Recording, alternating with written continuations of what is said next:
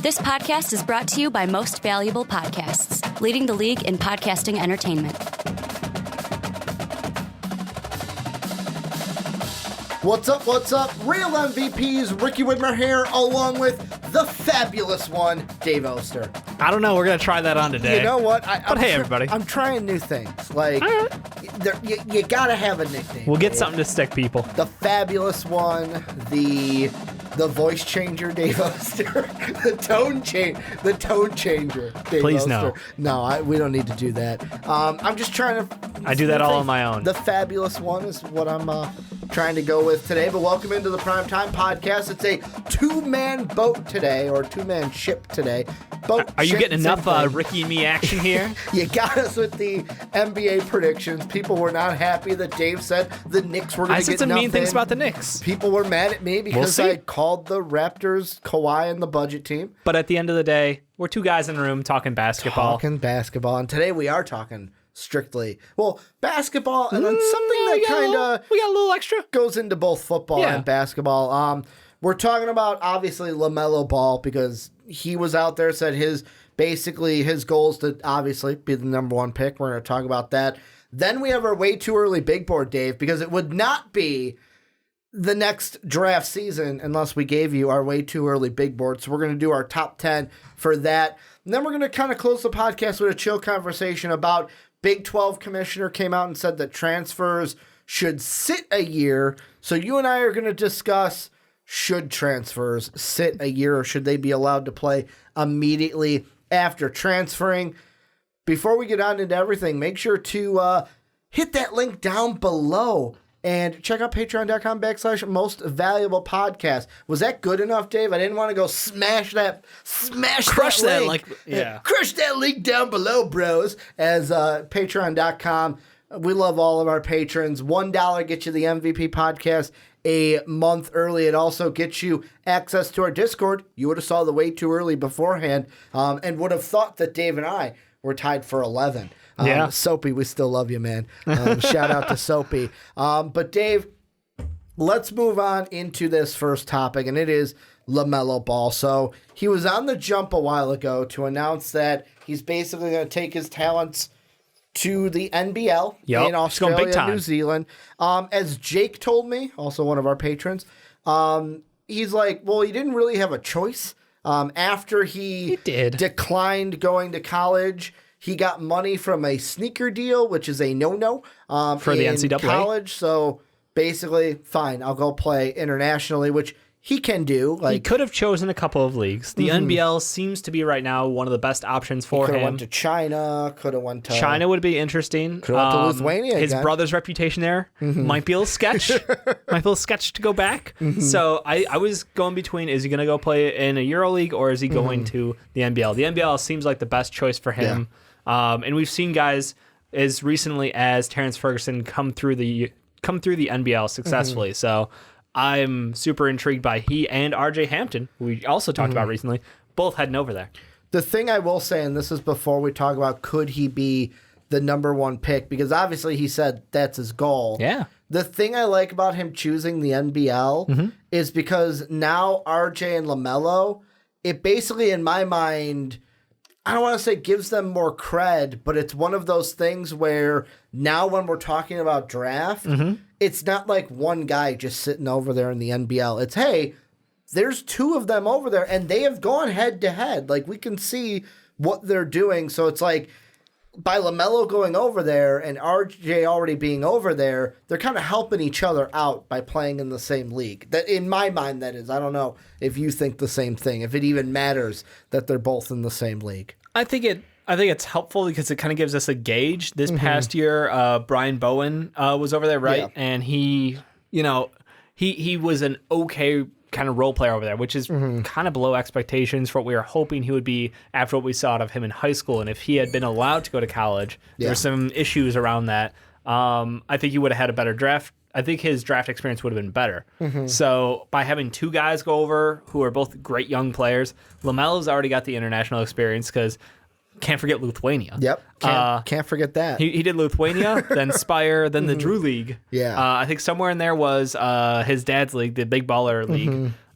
So like he's played against a super wide variety of talent. So I think it's awesome. And he had a fucking growth spurt, which helped. He big. Yeah. But no, I agree. You now have a benchmark because it's what's the expectation? Is he going to lead a team over there? Is he going to come off the bench, play a smaller role? What can he do? Because all we've seen out of him is this man who has no fear taking shots from anywhere on that court. He will pull up. He will take the shot from 30 feet, 40 feet. It doesn't matter to him.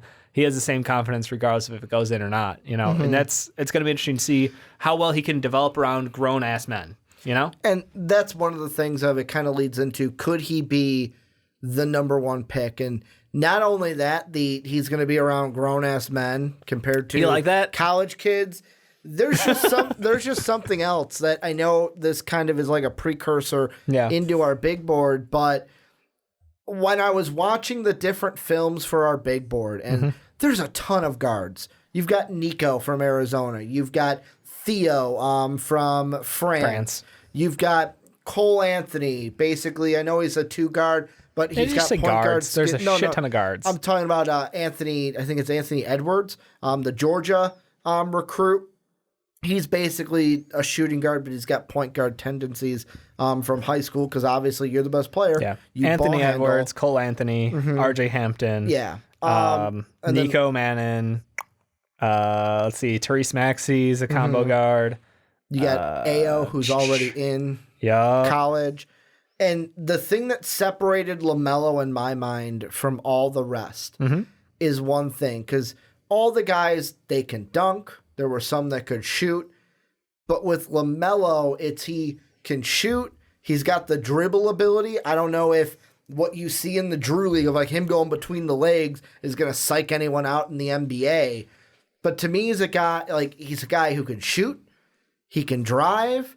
But more importantly, when he's driving, he's got some slick passes, it looked like. Like, he's got vision to find teammates potentially. And that's a guy I want. Someone who's kind of like a triple threat, who can offensively shoot, drive, and kick. All in a 6'8" point guard body. Exactly. Like, that's what I want. That growth spurt helped him out a ton because he's just a unique package. I think there's a lot to love about his game, but at the same time, there are some serious questions around him bulking up because he did hit that growth spurt. He's long, he's lanky, so he needs to work on putting on some muscle, being able to play physically to some level. I know he'll never be like yoked out or anything, but it's one of those things where conditioning is going to help you work with the NBL. They've got some great talent over there when it comes to that. So work with the training staffs, build up some muscle, be able to take a hit, be able to set screens, be able to come off screens. And if you get, shoulder off the edges, you have to be able to bounce off that. Yeah. And I think that's one of the things is working through contact will be huge for him because he is one of those guys who he loves to drive into the lane. I mean, I know he kills on fast breaks, but like his money is just shooting. And then if guys come out and take a stab at him, he pump fakes, he goes. And I want to be able to finish through contact. So I think this year for me is about show me that you can add some muscle and you can play against these fully developed guys out there who are in their 20s and early 30s. And where do you fit in? Like, are you going to be a nice complementary piece? Are you going to try to take over the team day one? Are they going to embrace you? Are they not? Like, I think a lot of it is a lot of questions are going to be answered around his character as well, in a similar vein, because his father's persona out there, but we know LaMelo is not his father. And same thing with Lonzo. Like, Lonzo's a quiet guy. LiAngelo, I don't know as well. Like, we don't see him enough. But no, like Lonzo, we know he's a quiet guy. We know as a teammate, all of his teammates really like him. He seems like a good kind of a locker room kind of guy. But now Kuzma don't like him because he's no longer his teammate. That's fine. I'm just saying, like, everything around that, like his dad has one persona, and that's what puts the media off from the family, or turns them on, whichever way. The dad's the hype man. But the actual guys seem like great guys, and that's what you want to be a fan of them. So I think that when he goes over there, and I want to see his relationship to his teammates over there. That's a big prove it moment for me. Which, by the way, I'm glad you brought up LeVar, because I'm going to say that I've been thinking about this, but Dave, I'm going to say this on a podcast. If anyone wants to share this, LeVar, I know ESPN kicked you off. You're welcome to MVP anytime. Anytime you want to voice an opinion, you're welcome here on MVP. We'd love to have you. You, LaMelo, Lonzo, the whole Ball family is welcome here at MVP. But I like what you said about playing with like actual guys. And Yeah. are they going, because that's a big thing. Are they going to, how'd you put it? Like kind of accept you day one and embrace you. Yeah. And number two, do they even care? Like the whole big baller stuff. How quickly is that going to die out? Is it going to be another Facebook reality show? Do they even care? Yeah. Do those teammates even care? Is the LeVar Ball train? Yep. Just going to be a circus again? Is it just an American thing and like it's only big over here, or are the teammates? They had the Lithuanian Facebook Live thing, but are the teammates over in the NBL? Actually going to be like, I don't know about this LaMelo kid because of the family. He seems super easy to like. I'll say that from all the interviews I've seen. Dude, when he was on the jump, I was like, I want him to be a Bull already. And he's so bouncy too. For 6'8", like he's wiry. And there's a lot to like on him. So talent wise, like what do you think it would take performance out of him to be a number one overall like he's saying he wants to? Which if he didn't say he wanted to be number one, I would be like, that's not the attitude I want out of a player. Like he's a guy who can get you buckets and he's been doing it for years and I'm super excited about it. But performance wise, are we talking like, what kind of averages is he going to have to put up over there? Is it an average? Is it just a glowing review from his coach and his teammates over there?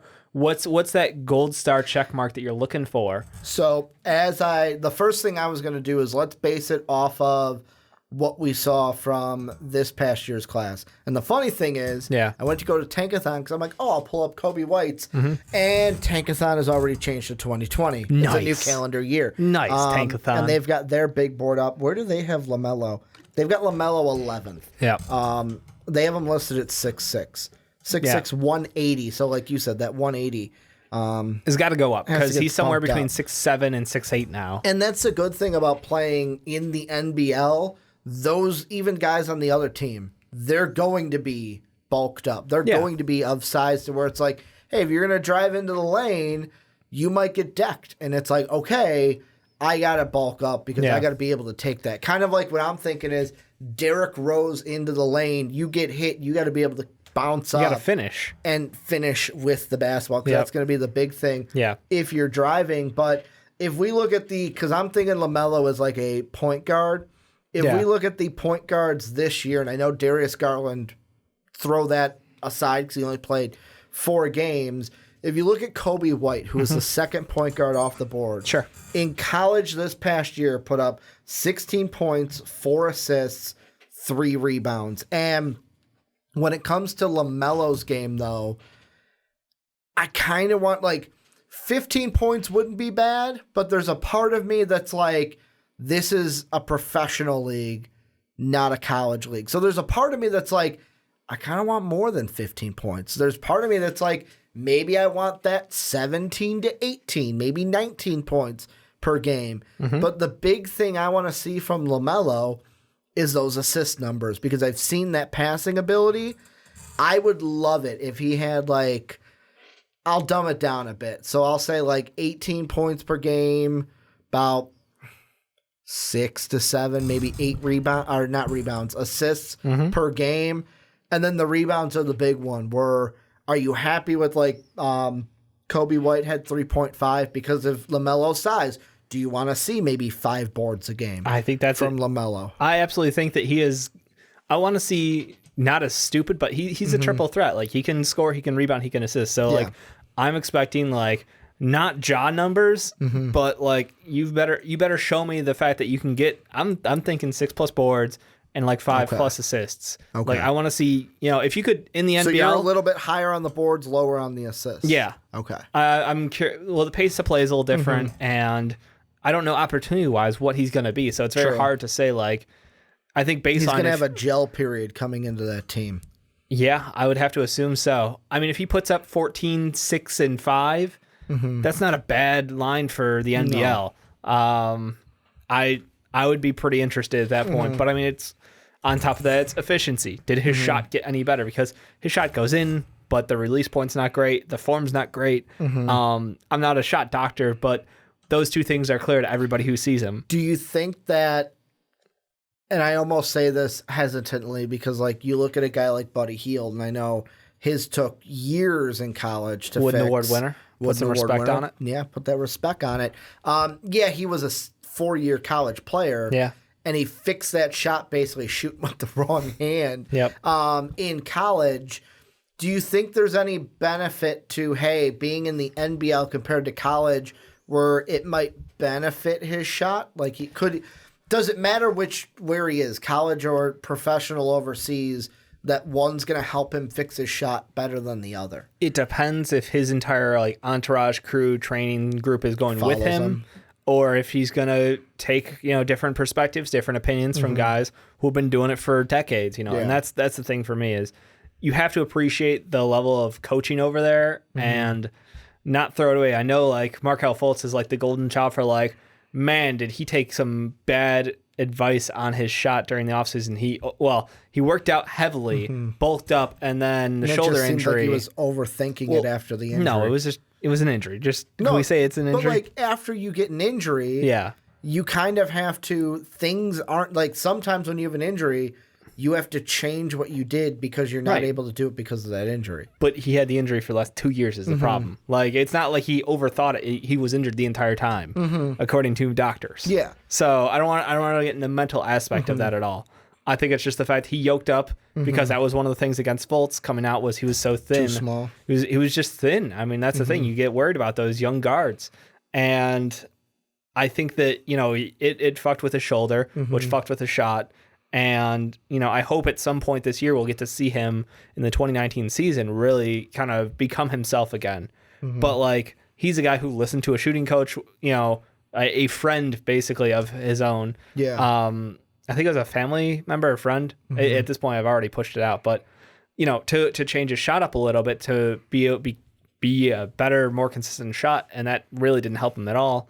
We saw him work out with the shot doctor himself, Drew Hanlon, and even that, I mean, the offseason tweets were fucking amazing. The guy who helped Mo Bamba. He helped everyone who was a great shooter in the NBA, and even he was, at the end, he's like, man, this kid's going to be great, and then, all of a sudden, there's, stuff started coming out, I was like, and he's disassociated himself with him. He's like, I'm not working with him anymore. Done. Yeah. And it was like, oh, it's not fixed. It's so not fixed.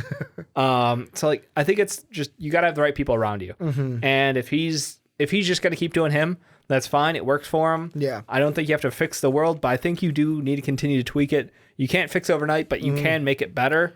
That's my answer. And let's get to the crux of the question, though, because I know we talked about LaMelo.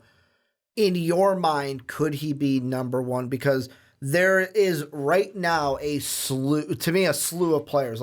Is it going to be a guy like James Wiseman? Because the thing I was looking up, and I thought about saving this for the big board, but I'll say it now because it fits into this conversation. I mean, we'll get to the big board next anyway. I was looking at 247 Sports and their basketball rankings, and I went back to 2010, and you were like, I wonder how far it goes. Yeah.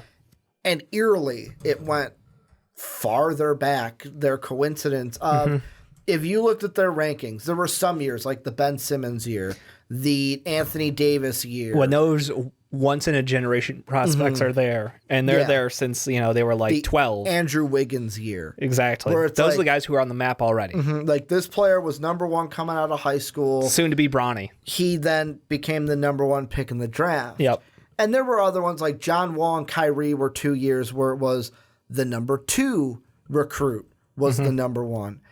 But the thing I noticed the most is whoever 247 had at either 4 or 5 and 1 year 6, the Anthony Bennett year, Anthony Bennett was 6. Even Anthony Bennett didn't know he'd be number 1 overall. Exactly. But most of the time it's 5 or 6. Like Zion, 5th.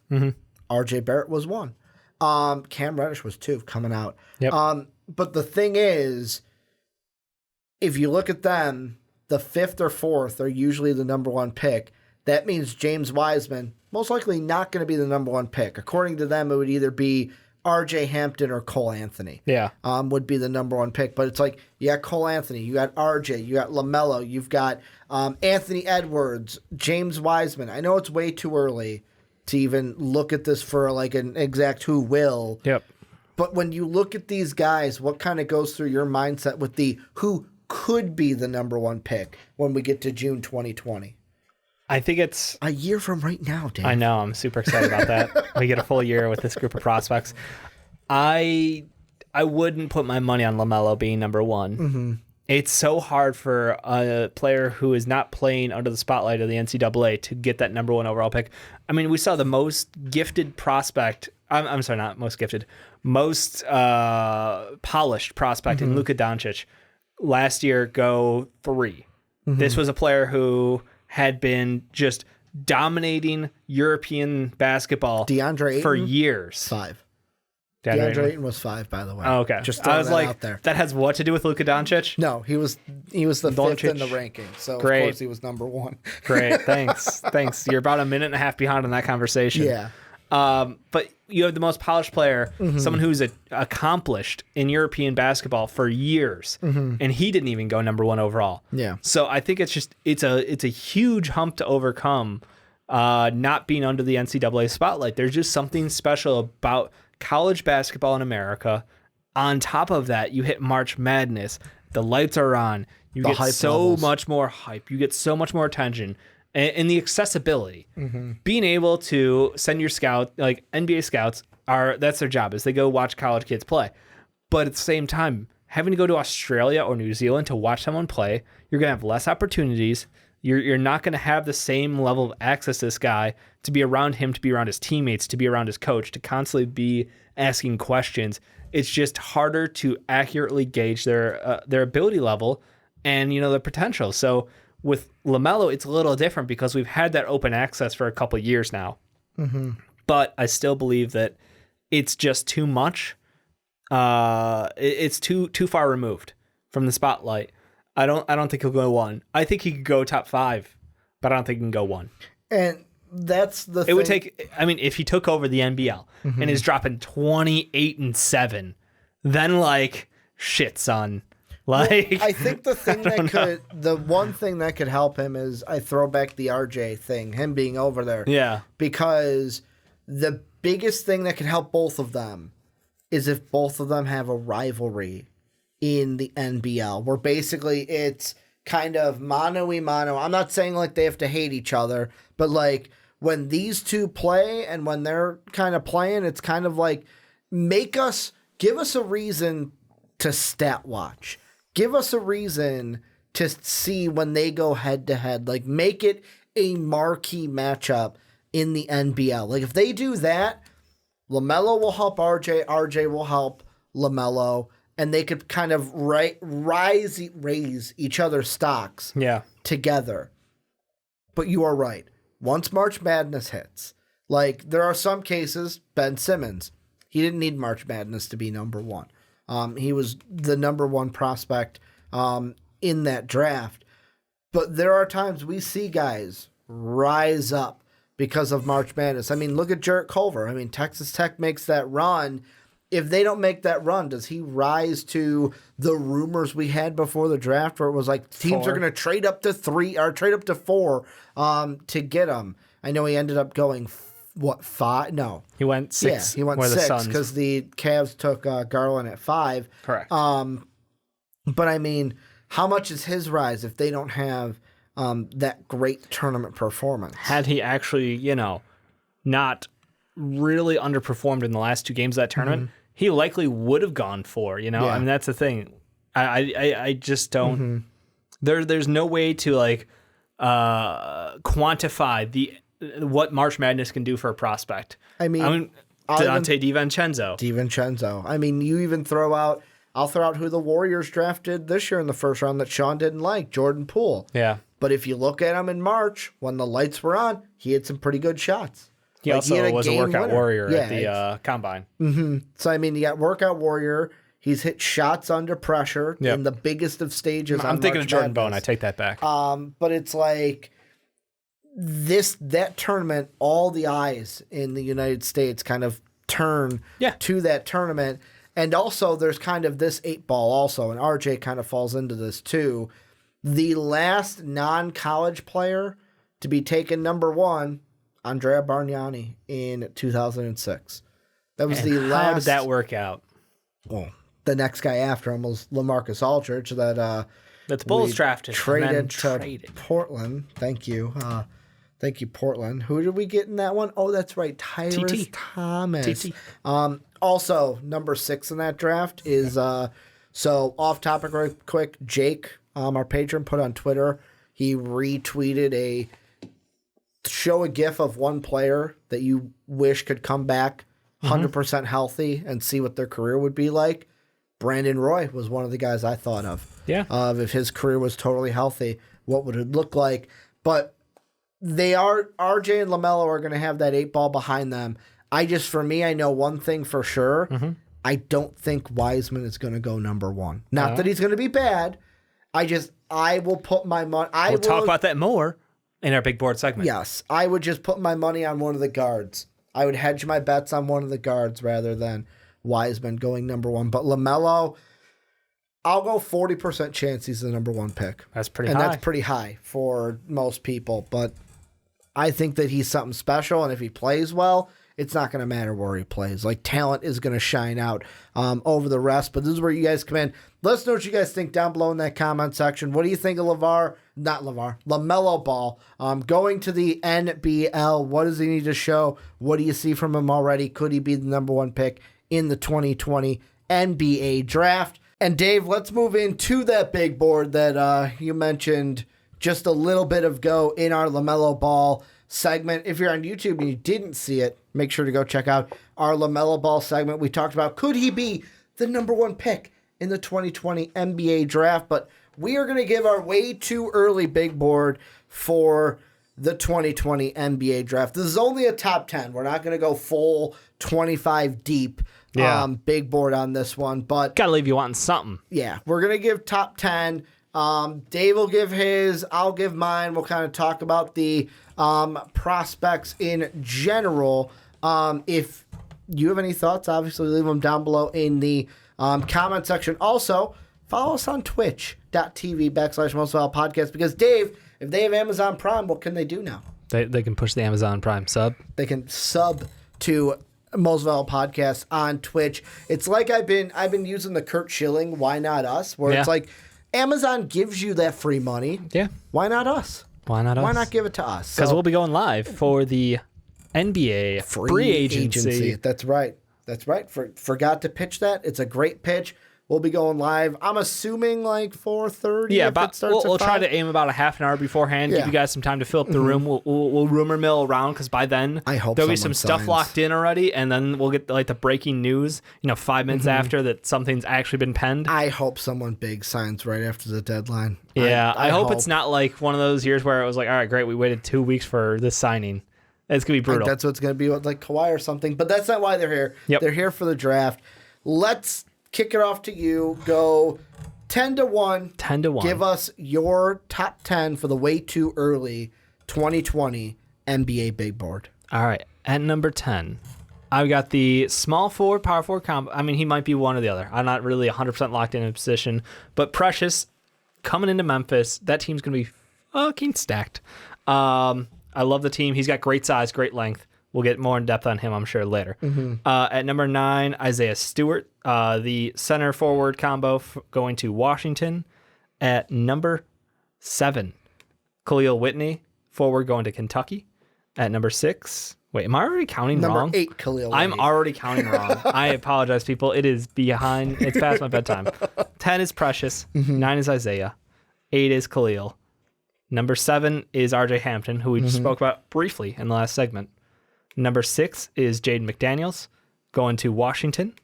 Number 5 is Theo Maledon, playing out of France. Number 4 is LaMelo Ball, playing internationally out of the NBL. Number 3, James Wiseman, center out of Memphis. Number 2 is Anthony Edwards, the guard going to Georgia. And at number 1, I've got Cole Anthony, playing out of UNC. Well, and then going right into mine, you know what I just noticed too while you were reading yours? What's that? There was one name on mine that we're like, oh, we're going to look up how to say it before. Didn't look it up, did we? We did not. So I'm not going to say his last name because I'm not going to screw it up. It's all right. Basically, at number 10, I got Nico Manning, guard out of Arizona. Then at number 9, the name I said I was going to look up, I'm just going to say Denis, the guard forward out of Israel. He's playing for Tel Aviv, yep. Tel Aviv. Then at number 8, Isaiah Stewart, the forward center out of Washington. Then at number 7, Theo Maledon, the guard from overseas playing in France. Then at number 6, Ayu Dosunmu, Jet Life, the guard from Illinois, Fighting Illini, giving some respect to him. Then at number 5, James Wiseman, the center from the Memphis Tigres. Then at 4, Anthony Edwards, guard from the Georgia Bulldogs. Number 3, Cole Anthony, guard from UNC. Number 2, RJ Hampton, guard from NBL Australia. And then number 1, LaMelo Ball, guard weird. from NBL You're Australia. And this is the thing. Yep. I know in the last segment, I said 40% chance he goes number 1. But that's the thing, Dave. If this was a big board, he wouldn't. This was a mock draft, he wouldn't be number 1. But this is a big board. And you think he's the most talented player? Right now, from what I've seen, Yep. I would take him number 1. Okay. And the reason why is what I said in the last one is watching all, like, because it's a guard-heavy draft. It really is. And what I saw from all the guards, Yep. and mainly from him, is the one thing that set him apart is that passing ability, where all of them seem like they can get to the rock. The one thing I really liked with Cole Anthony was his shot from beyond the arc. But the one thing that LaMelo had that the rest of them didn't really, like they have, but they didn't have it as slick as LaMelo was that passing ability, which I really like, that 3-tool player. No, I mean, he has a gift. I mean, you want to be lazy and just be like, well, he's a ball. Look what Lonzo can do. Of course he can pass well. Brand. Of course he can pass well. He's Lonzo's brother. He had 2 brothers. He had to pass the ball. Exactly. That's the youngest brother game, you know? You don't get the flashy plays. Sharing is caring, Dave. There you go. But no, he really has worked on his ability to pass the ball. He's creative. He has some really flashy passing abilities. It kind of reminds me a little bit of like young Steph Curry when it comes to passing the ball. Like, you get the shit where it's just like, you know, he shouldn't have gotten away with that, but it totally worked because the level of competition's not as good as him. So it'd be interesting to see that at the NBL level and see, you know, if he tightens the gears a little bit, you know, maybe brings the ball handling down a smidge to under control, because he does get a little loose with that. And I'd love to see him be a little more careful with the ball, period. So number 1 is a little high for me. I was going to ask you, why do you have Cole Anthony at number 1? Because we have different number 1s. The guy's a stud. Like, he's a bucket getter straight up. Is it Cole G. Anthony? The G stands for gets? The only thing, maybe. The only thing that I hesitate here is because UNC. Like, that's my big question mark, is playing for Roy. You put your soul in the box. That's it's only the Spurs. The college version. It's just UNC seems to find a way to, in the last couple of years, you are a system player. It's not, you know, been known to translate the best talent to the NBA. A lot of people play much better at college at UNC than they do at the NBA level. Yeah. So that was a concern for me. But Cole Anthony, I've just been watching so much of his tape, and he's just explosive. He's athletic. He's got good enough size. I just see him translating to the next level so well, and I think he's going to absolutely kill it for Roy. And even with that, like, question marks of system fit, which I think is so critical, I still think he's just going to be an absolute star. Yeah, I mean, for me, the biggest thing that I liked from watching his tape, and I even have it going on my tablet while we're talking about him, is his shot. Yeah. And the thing I'm going to throw out there, because like you said, neither of us are shot doctors. The thing that I look at is with his shot, when he has that flick of the wrist, and he kind of leaves it like this, and part of me looking at it, I'm like, is that good? Like, is that good form? Is that like, should I be looking at it going, man, that's a janky shot? But I mean, it goes in. And the thing that this draft showed us, and I wonder if we'll see it next year, is can you shoot the ball? Because if you can shoot the ball, you're going to be higher on people's draft boards than if you can't shoot the ball. It's so in demand. There's a reason Cam Johnson went 11, which was way too high for most of us, but he could shoot the ball. Like, and that's the thing. Like, same reason why the Warriors went with Jordan Poole. He can shoot the ball. And you just burp into that one. What happens is when I talk, it just sneaks up. It's while I'm talking, it just sneaks right up. It's got a mind of its own sometimes, Dave. Yep. And that's why for me on mine, I almost put him second, but watching RJ Hampton's film, this kid is just like, his driving ability won me over. And I know that I just said the league was shooters this year. That's what I'm saying. But I'm sorry. Like, when I watched it, it's like his, like, smoothness to get in. He gives it, like, one strong step. Yeah. And it's like, boom, boom, and he's at the rim. And it's like, oh, and it's like same thing with LaMelo. How is he going to do against grown-ass men in New Zealand? You really like that phrase that I dropped out there. We're going to keep it. Grown-ass men. Yep. In Australia and in those grown-ass Aussies, we should say, in New Zealand and Australia. But it's like the one thing is Cole Anthony, I saw a little bit more shooting. Yep. RJ Hampton, I saw more of driving. The big thing, though, and both you're higher on him than me, is what I kind of teased out at the end of the LaMelo segment of James Wiseman. And the thing that I just look at is with him, because I've got 4 guards ahead of him. You've got 2 guards ahead of him. I just think these guards, RJ, LaMelo, Cole, Anthony, they are going to separate themselves to where I almost feel like, and I don't know if this is me basing off of what we just saw, if Wiseman is going to be the number 1 pick, he either has to do what Zion did or what DeAndre Ayton did. It's hard to be a flashy center. I can just say that. I mean, like, when you're a guard, you have the ball in your hands, you have control, you can finish with style, you can pass with style, you can score, you can have attitude out there. You just have so much more opportunity. When you're a center, you're reliant on the rest of your team to dish you the ball, let you work in space, make sure the system's right for you. Are they going to be asking you to be a floor spacing center? Like, Wiseman has a good mid-range shot to him. Everything looks like, he should be offensively solid. He's more than just a rim runner. Is he going to be able to shoot the 3? Because I know in the high school tape, he's shooting 3s, but that high school 3 is not as it's not quite as, there. I mean, we may see him take 1 or 2, the same way that, like, DeAndre Ayton took a couple in college, and that's going to be fine. I don't think he's going to be, out there dropping Lowry numbers from the outside, his early season before they forced him to play inside for no fucking reason. Don't get me started on that. Dave started to hate. Not tonight's rant, ladies and gentlemen. Not tonight's rant. But no, Wiseman. I mean, he's a 7-footer with good athleticism, really good athleticism, solid footwork. Really, just comes down to DeAndre Ayton took 0.1 threes per game. Yep, sounds about right. Sounds about right. How many did he make, Dave? 0? Yep, that's what it says. It says 0. Oh, no, that's in the NBA. Yeah, I was going to say. College. In college, he definitely took 3s. I'm like, that seems because everyone wrong. was like, That's why the didn't he take NBA. 3s in the NBA? You're on the Suns. It's not like it matters. That's the NBA. I got to pull up the college stats. I'll do that. God. Go ahead.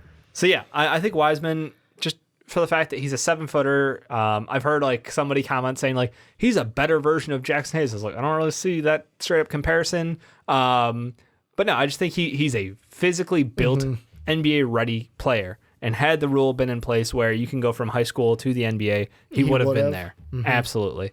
So I like him. I think that he's still got a lot of room to grow defensively from an awareness standpoint.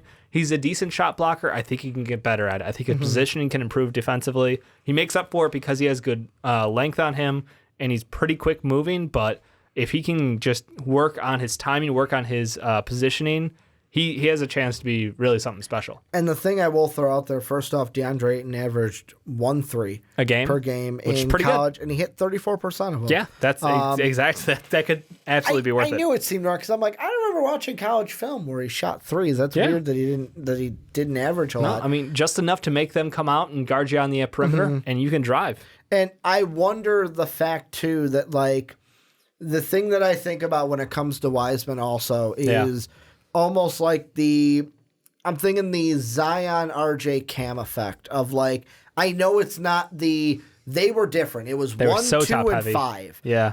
This one is basically, and I use 247. That's the site I really like for rankings. You got Wiseman at 1. Then if I scroll down, Precious you got Precious at 14. Yep. And then I think they had one more recruit. Boogie. Boogie, who's at 37. Yep. It's a little disrespectful, but... And they have DJ Jeffries, who is 48. I wonder with this team, if they make a run, they are loaded. A good team, and they have the same kind of hype around them that, like, a Duke had and this Lester year. 56. Is that hype going to help a Wiseman out to where, like, if they go on a run, dude, this could be a 5 first-round pick again. Basically, like 5 Kentucky. players. Yeah, it's I think it could be Kentucky all over again, and that's awesome because Penny Hardaway, dude, you the real MVP. Like, you came back to your home, you worked with the young kids, you built up that reputation. Well, first you work with them as kids. Yeah. Then you build that reputation. You bring in a professional level staff to college in Memphis, and you get that attitude. You compete with big schools. You bring in Memphis back to something, and then you turn around and you're like, hey, James, I know I just coached you. Come on over. Like, that's awesome. And then they basically strung around all of these pieces around him who are top talent from high school. The 180 that Dave has played with the city of Memphis. I turn heel, I turn face. I turn heel, I turn face. That's what I do here. Just call you the Miz, I love right? Penny Hardaway. Since I was like 6 years old, I've loved Penny Hardaway. So, like, you can't take that away from me. He's another one I said to Jake. Yeah. If he never got injured in 97, what ifs. What would that have been like? The what ifs. But yeah, I'm interested to see if their team, I legitimately of how think good they could be, Yep. is that just going to boost Wiseman up to if de facto number 1? Because here's the one thing I hope for this draft class, is kind of a general thought, is I love Zion. Yep. I loved him all last year. He made the draft boring. I think that's the reason why towards the end you were complaining about this draft class, because we didn't even talk about Zion we didn't want to talk about Zion. No, I would gladly have talked about Zion. But there's nothing new to say. And that's the thing where we knew Zion was going to be number 1, whereas the year before, well, is it DeAndre? Is it Luka? Hey, is it Trey? Shut up, Ricky. Basically, that was the debate. Right. Is it Marvin Bagley? Like, no one wanted Marvin Bagley number 1. There was a debate at least for number 1, mostly DeAndre and Luka, where I want this year's draft to be that same thing. I think there's 5 guys I want to have easily. the discussion of who's going to be number 1. Yeah. Like, that's what makes it boring, is when you have who's number 1 and then who's fighting. Because then Ja locked in at number 2. He didn't lock into 2 until later in the year, though. Like, it was the turning performance that really set him there. Yeah, but even like from March I had him. Yeah, but from like March to June, when you know the first 3 picks, it's like it really, like, for us, it really kills what you could talk about, because it's like, well, we know the first 3 picks. But at the same time, that draft class was fairly weak. Yeah. This draft class looks like it's loaded. Uber top heavy, but it's much deeper at the top, which is fantastic for us. So I'm excited. I think Wiseman could even have like a cat like college performance and still go pretty high. Like, his numbers might not be like absolutely jaw dropping amazing, but it's like, this dude's got it all. Like, like, you don't even need to see the like 25 or 20 like 20 plus a night like Zion had. He had 21 right in college. Zion was like a 21-point scorer, 22. I feel like he was up there. I'm making you be all the stats man on the tablet. Right. Sorry. I'm fine with being that. The one guy that I want to throw your way, because with me, his film intrigued me. Sure. In mock drafts, I'm seeing, before the Kobe White pick, I've seen way too early's have him mocked to the Bulls, which I was like, I don't know, but that's my international bias against me, because you're more the international guy than I am. Yeah, Zion was 22.6. Yeah, I mean, in college. I don't think James needs to put that up. I think he can have closer to what Cat did and still be a top pick. The guy I wanted to kind of target is Theo from France. Theo Maledon. He is a guy where, first off, at first I was like, I watched his 17-year-old film, and then I was like, wait, is he going to be one of those like really young Sekou-like players? He's not. He's 18 right now. He just turned 18 2 weeks ago. Yeah, he'll be 19, basically fresh off of 19, right before the draft, because his birthday's the 12th. Draft will be around the 20th, so he'll be freshly 19 at the draft.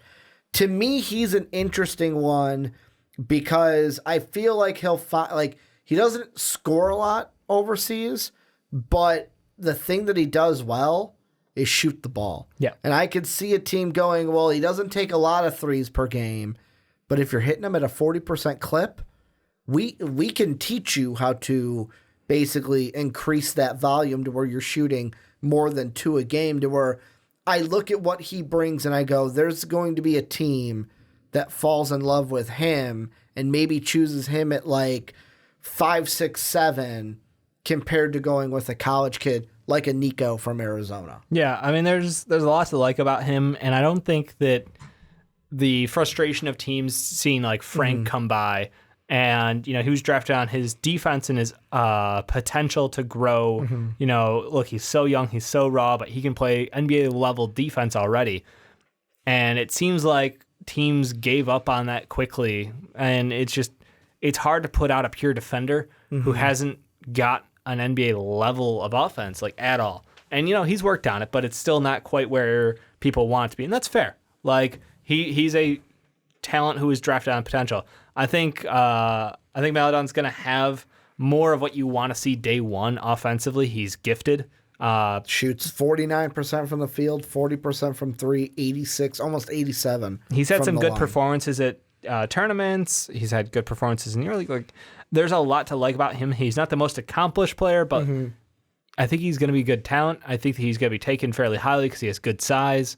So I'm still saying it's early, but I'm putting him there because that is pretty much what everybody is seeing. The same exact thing out of him is he's got potential to be able to come in day one and play for you, and it's not going to be a letdown. It's not going to be what we saw out of Frank where he had that struggle on one half of the court. He's going to be able to come in and hold his own defensively, but give you that offensive power that you're looking for. Who's a guy that you're kind of like, you know what, we haven't mentioned him, and I want to give him some love? How don't you have Jaden McDaniels? For me, it's just one of those things where I only had 10 slots. Yep.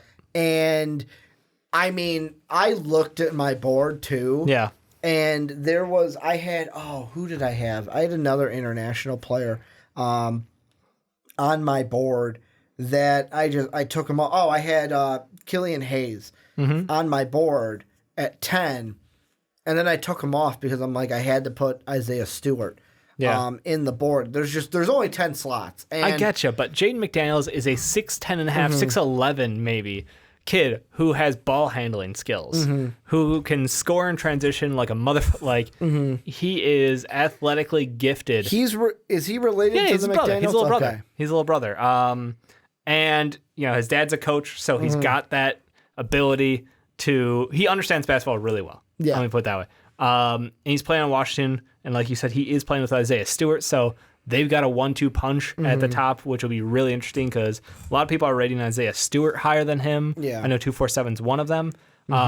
But he's got great size, he's got good shooting ability, and he's got great ball handling ability. Like, that's a package that, I'm sorry, I know we're swinging for the fences here, but that's exactly what you want at the top of a draft, is someone with his potential. So right now, I'm putting that in.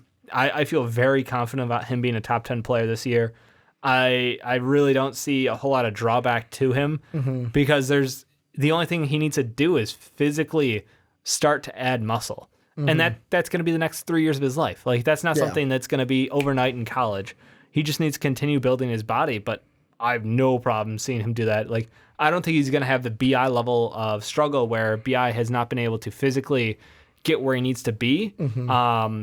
BI's had some other issues as far as smaller injuries they've come up, and I think team-wise he wasn't maybe set up to succeed. I think Jaden McDaniels is going to absolutely have the ball in his hands and be able to dominate the college level. Yeah, he was one only 10 spots. B, I was like, you know what?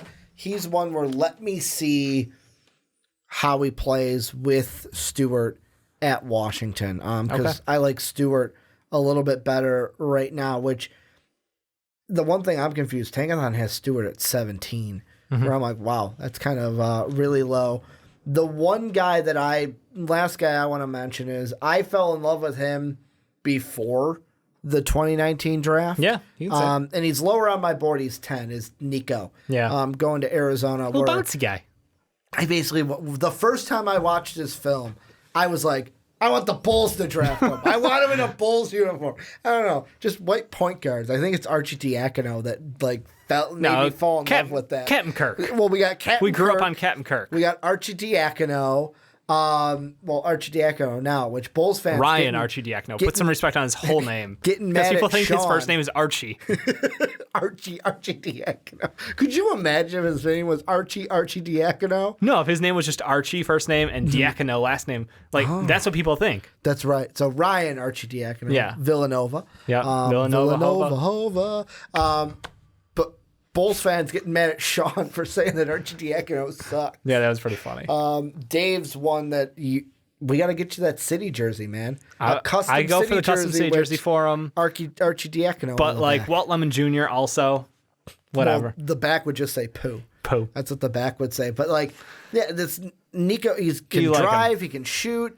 The only thing I wonder is this year, is he going to get covered by, like, masked by all these guards? He's not a big guy. Arizona's got a lot of talent this year, it looks like. So, I don't know. I'm curious to see how good he's going to be. A lot of people are, like, tossing out the Matt McClung shit against him, which I think is a little lazy. But, I don't know. I think right now he could deserve to be a top 10 player.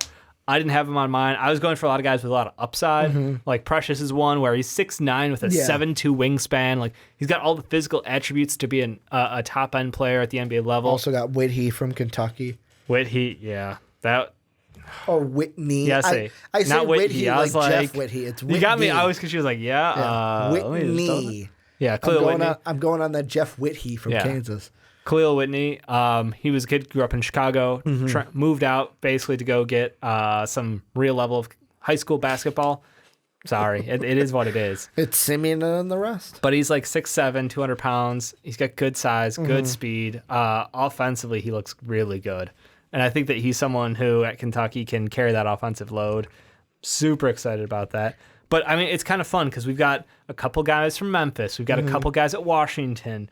You know, we got these guys pairing up. I think that's the new thing, man, and I'm okay with that. I love it. I just wonder if, one of the guys who, I guess last year we had a couple of guys who paired up, not quite this high, but Quentin Grimes and Dotson paired up, and both of them underperformed, and they're back in college. Grimes looks like he's in the transfer portal. He hasn't decided as we record this today. I think you guys did a topic about him last week. Yeah, he's deciding between Houston and Texas A&M. Yeah, and that'll be exciting. And Dotson is returning to Kansas, I'm fairly sure, right? So one more time. Dotson is returning? Yeah. Yep. I misread this article. It's a month old. Where I saw the word withdraw, and I was like, he withdrew his name from the transfer portal? And no, he withdrew from the draft. Yeah. I was like, why is that the top thing on... So pairing up's not always the best option, but I think that was more fit of style versus, not working out together. So I have high hopes for Grimes still. I know Dave gave me a shout out. Dave's got hopes. But yeah, I think that pretty much wraps it. Like there were a couple guys who were just outside of my top 10. Boogie Ellis is one who you wanted to put him in. I want to put him in over Precious. Give him respect. But Precious he's got the body for an NBA, just an absolute monster. Boogie's undersized. He's 6'3", like Cole Anthony is. But Cole has such a great offensive game. Obviously, that's why I've got him 1. Boogie's got a lot of room to grow, and sometimes he can be a greedy ball handler. So I want to see him work with that team at Memphis. Like that's one of the things you talked about, sharing the ball. Is that going to be a problem or a benefit to James Wiseman? Yeah, I think Boogie is going to be that kind of like we're going to see he's a combo guard out there. Can he share? Will that ball move, or are we going to see some issues where it's like he's going to run the second unit really well and be that scoring punch for them? The last thing I want to mention, and this doesn't need a huge discussion. I just want to throw it out there. Sure. When we get to a year from now, we will be looking at Tyus Jones going, man, you should have came out in 2019, man. And the reason why I say that is... Tyus Jones? Yes. From Duke? Yeah, but like why? Because what I think is going to happen is he is going to go lower. We're going to have a Daniel Gafford situation. Okay. He's going to go lower than he would have in 2019 because there's going to be more. There's going to be more point guards. There are going to be more guards in this draft to where it was like, wow, you could have went to the Celtics at, 20, and there's a possibility. I could see him falling just because it's like there's the supply is more, so the demand might be a little less. I agree. I mean, he is getting two great front court guys in Vernon Carey and Matthew Hart. Yeah. So he gets a top 10 center. Yeah. Or a top 10 rated center from this 247 starts mock.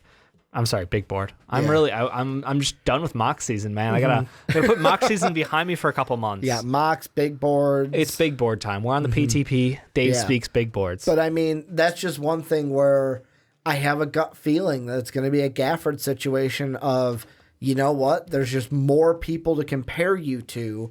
Where last year there was a divide where he wasn't in the Carson Edwards and the Tremont Waters discussion. He was towards the above the top where he was closer to Ty Jerome. Basically, yeah, where it was he was a young Ty Jerome. He was above Ty Jerome in Adam right behind him. But this is where you guys come in. Let us know what you guys think, obviously, down below. What are your big boards? What are you thinking about these prospects? Because this, Dave, marks the official start of our 2020 NBA basketball coverage. 2019-2020 season. Yeah, but the 2020 draft. This is the first one, the first video we get for the 2020 NBA draft. So this starts, an old man. This starts the beginning of it, Dave. The road starts now to the 2020 NBA draft. Let us know what you guys think down below. And Dave, let's close out the podcast with a little bit of a chiller conversation. And before we get into it, make sure to rate and review the Primetime Podcast on Apple Podcast and iTunes.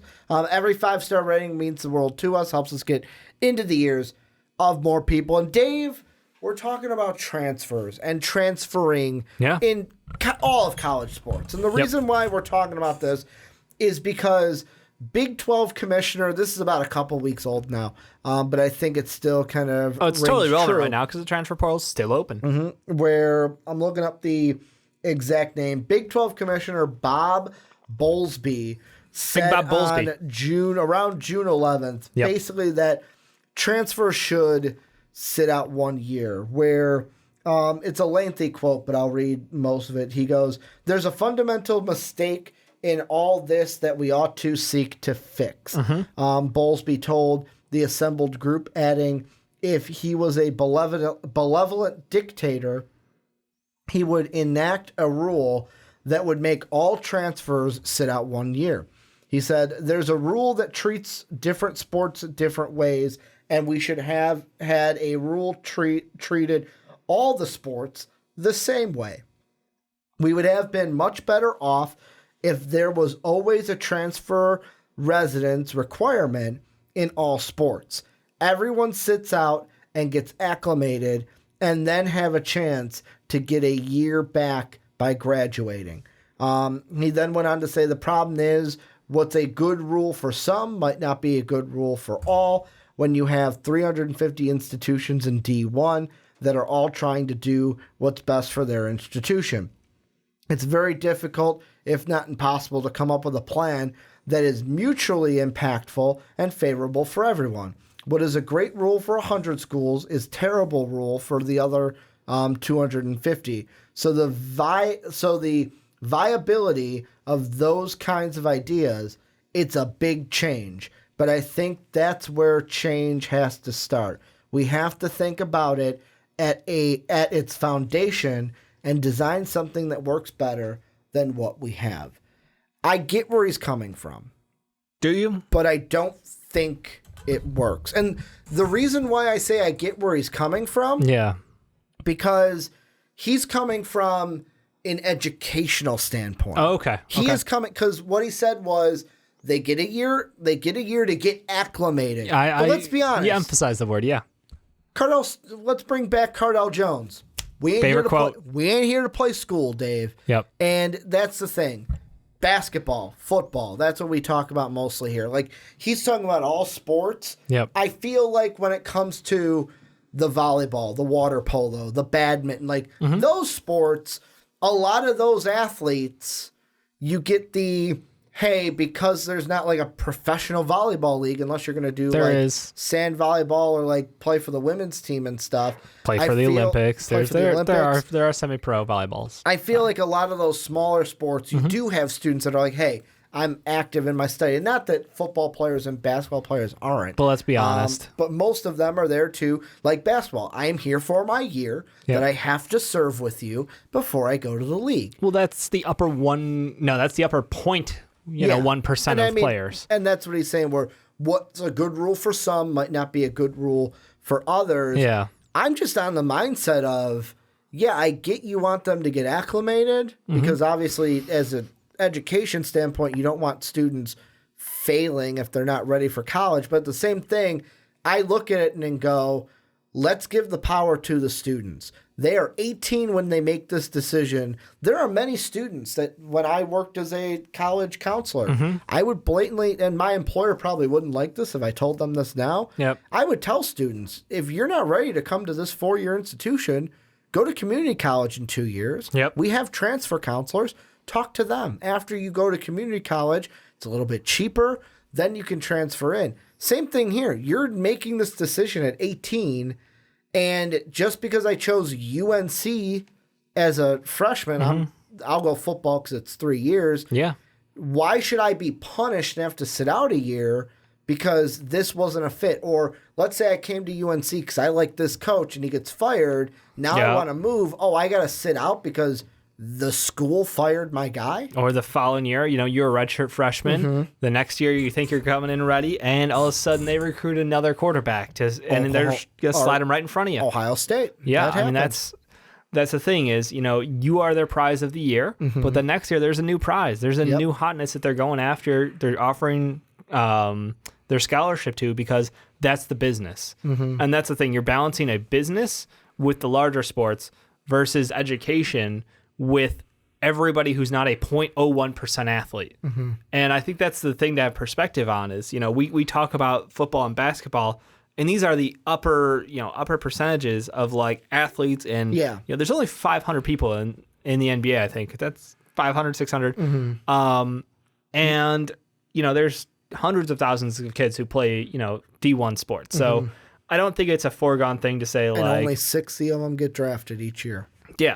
It's insane. So I don't think you can base a rule around that. But at the same time, I feel like punishing players for trying to give themselves the best opportunity to succeed is against what I would view college as. College is there to that's the problem. I guess it's what do you think college is? And I know we both have very different perspectives. College is there to prepare you for the rest of your life. Whether it is to go through and get your associates, bachelor's, master's, doctorate, whatever, and that's your career opportunity, or whether it's to go through and get you in the national spotlight so you can get drafted in college or out of college to go play a professional sport, whether it's baseball, football, whatever that is. There's different opportunities to succeed, but college should be the platform that can get you to all of them, and it should make rules that hold players back for trying to put themselves in the best position to succeed. Yeah, and I mean, for me, I'm thinking football because basketball is interesting because it's 1 year, and let's be honest, in about a year or two, that rule's not going to exist. Exactly. They'll be able to come out from high school. But that's only affecting even just 1 to 4 guys a year, maybe. I mean, that's going to be the tiniest of percentages. True. But we're talking about, let's say I went Quentin to Belmont. Grimes. Yeah, Quentin Grimes we talked about a couple times recently. So that's why he's a great example of he went to college at Kansas. The system didn't fit him. He had an underwhelming performance throughout the whole year. Only a couple games where he really got to shine. And he's like, look, I need to go somewhere where I can be me. And he's going to transfer to Houston or he's going to transfer to A&M and hopefully have another swing at the NBA after this year. And I mean, isn't that the goal? It is. And I mean, the term I don't like that Bobo used here is benevolent dictator. Probably not the right words to use, Bob. Well, no, he's saying if he can, if he has a magic wand and he can, make the rules be whatever he wants so as a dictator. So he's trying to make dictator a good thing? No, he's just saying if he was a dictator, he would make that a rule. Yeah. Or he would start there at least. For me, I look at it and go, because I know there's hardship waivers. For example, there was, I know Illinois had one on basketball where it was basically where I can't remember who it was, but he went somewhere else. He wanted to be closer to home, wanted to come to Illinois because his mother was sick. And he put in a hardship waiver of, hey, I don't think I should be able to sit out this year, right? Because the reason I'm transferring is to be closer to my mom. Yeah. In that case, the NCAA was like, sure, all right, you can start right away, or you can play right away. And I feel like that's not the best. The system we have right now is not the best one. And I get what's right for some is not right for others. Yeah. But is there a way where, like, I feel like the not right for some is basically the taking away this year out is the not good for the smaller school, because it's like, hey, you know what? I know, like, I'm thinking football here because it's 3 years. Hey, I know I'm not good enough to go to Kansas, but I don't really want to go to community college. So you know what? I'm going to go to a smaller D1 school. I'm going to work my way up. I'm going to show that I can perform against D1 talent. Yep. And then try to transfer into San Diego State, basically into that higher school. Like maybe go to San Diego, maybe like a San Jose State. Play against them, because San Diego State's more their basketball program. That's why I was literally just thinking of. I mean, Pumphrey came from San Diego State, so that works. Who was the player who literally just went this year? He was the second best player in college basketball. I literally can't think of his name. He was just drafted. No. Oh, you're talking about Murray State with. Nope, totally not. I'm talking about someone who's... I thought you said... Didn't you say basketball? Second best player in college basketball. No, it wasn't John Morant. Why can't I remember his name? I don't know. He played next to Rui. He was Brandon Clark. Oh, yeah. Gonzaga. Brandon Clark. Yeah. Yeah. That's what I was Literally thinking. the second best player in college basketball. He was someone who went through, went to smaller school. Jose State, and then went back up. The year off is going to hurt those small schools. Yeah. Because then some of those kids might have to think, well, do I want to sit that year out? But I just feel like it's beneficial for all, because I don't feel that it's right to take the power away from students who, I'm going to go back to it. You're 18. Think back to 18, Dave. Did you make the best choices at 18? Because I know I didn't. And when you're picking college, it's a big decision. And especially football, because I bring that back up because you're there for 3 years. I feel like it's wrong to say, hey, you can transfer, but you got to sit out. But, you can put in a hardship waiver. And if we're feeling gracious and if the reason is a good enough reason, then, yeah, we'll let you play right away. It's like, then why not just make it to where they can all play right away? Yeah. Because that's how I feel it should be. And if I am a smaller school and I lose that guy, yeah, I might be losing a good player, but guess what? There's more players that you can try to recruit to come in. I know that's probably an easy answer, and some people may say, well, Ricky, you're overlooking this one area of it where the rule just doesn't fit for every school. Yeah. But I'm on the side of I want to give the players more power, because the thing I think of, and I know this is a little different because it wasn't sports, but like when we were in college, I almost transferred away. I was at one school, almost transferred away to a different one. And the reason why I didn't was every single music course I took, they're like, well, you'd have to retake half of them. And I was like, fuck that. I already took these. I don't want to spend more money. I'll just tough out the last year that I have at the school that I'm at.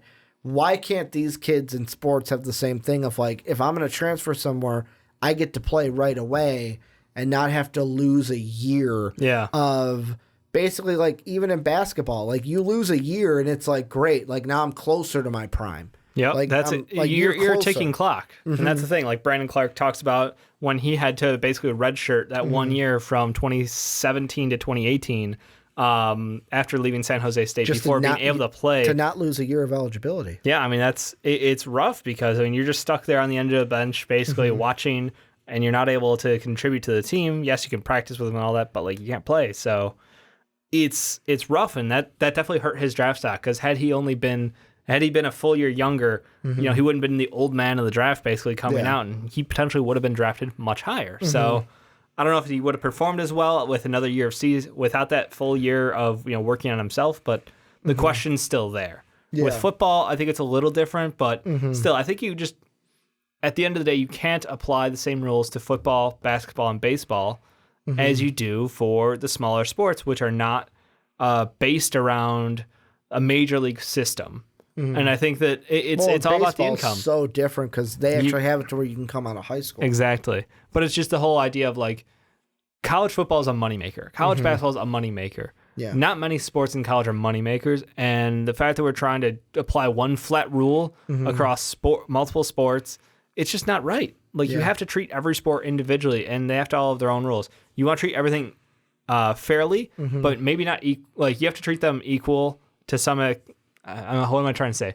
Fair and equal are not the same thing, but you have to treat them all fair. I don't think they all have to be treated equally because college football makes billions of dollars. Like Texas college football is insane money. Yeah. That's what they roll in all the time. It's why the Longhorns have their own network. Exactly.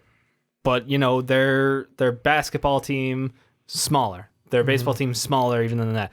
Their women's sports, smaller than that. Their soccer, smaller. And it's just like, you can't apply the same rules across all of these. Or if you go to Kansas, it's flipped. The basketball team is huge. The football team, let's see if Wes Miles does anything, but that football team hasn't really been good in a while. Yeah, I just think that I understand what he's trying to do. I just disagree with it on principle at this point because I don't think that you can treat everything the same way because they're not treated the same way by the college. So why should you try to apply the same rules against them all?